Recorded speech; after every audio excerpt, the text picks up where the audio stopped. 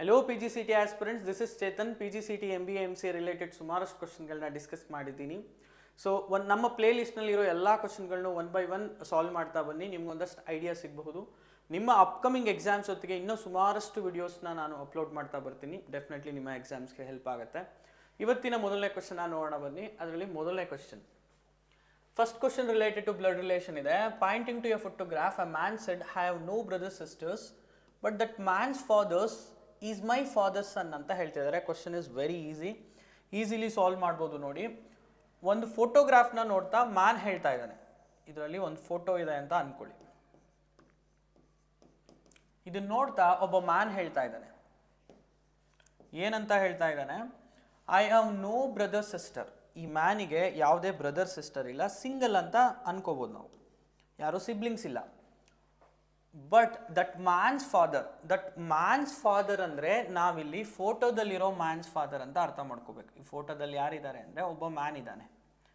ಈ man's father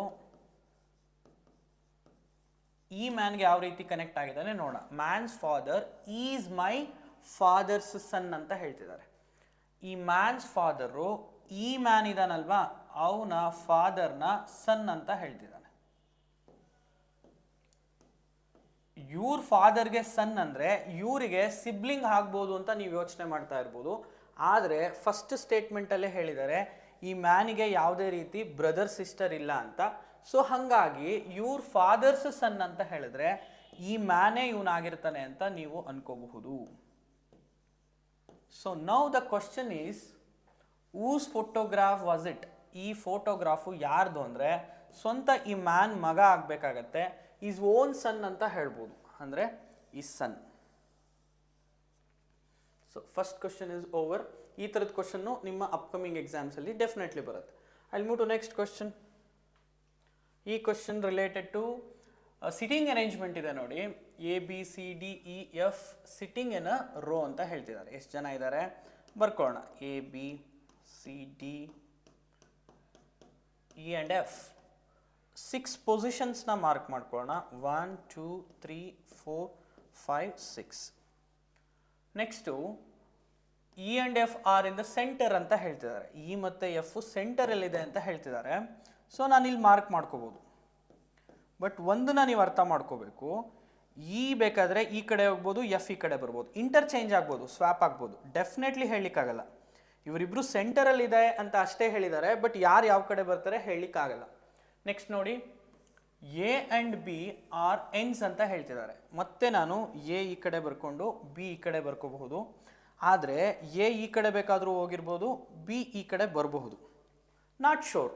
next statement ಓದೋಣ, ನಮ್ಗೆ ಈಸಿಲಿ ಅರ್ಥ ಆಗುತ್ತೆ. C is sitting to the left of A ಅಂತ ಹೇಳ್ತಿದ್ದಾರೆ.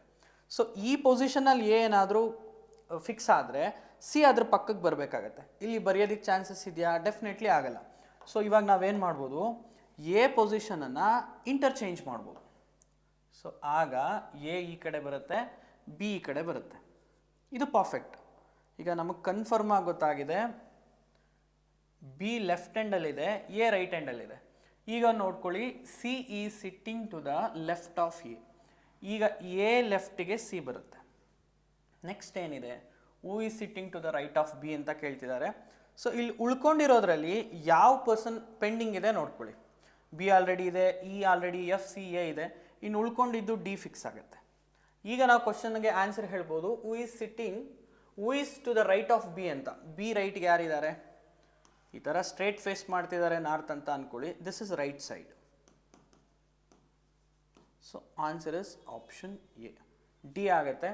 ಈ ಥರದ ಕ್ವಶನ್ಗಳು ಒಂದು ಮಾರ್ಕ್ಗೆ ಕ್ವಶನ್ನು ಡೆಫಿನೆಟ್ಲಿ ನಿಮ್ಮ PGCT MBA MCA ಡೆಫಿನೆಟ್ಲಿ ಕೇಳ್ತಾರೆ.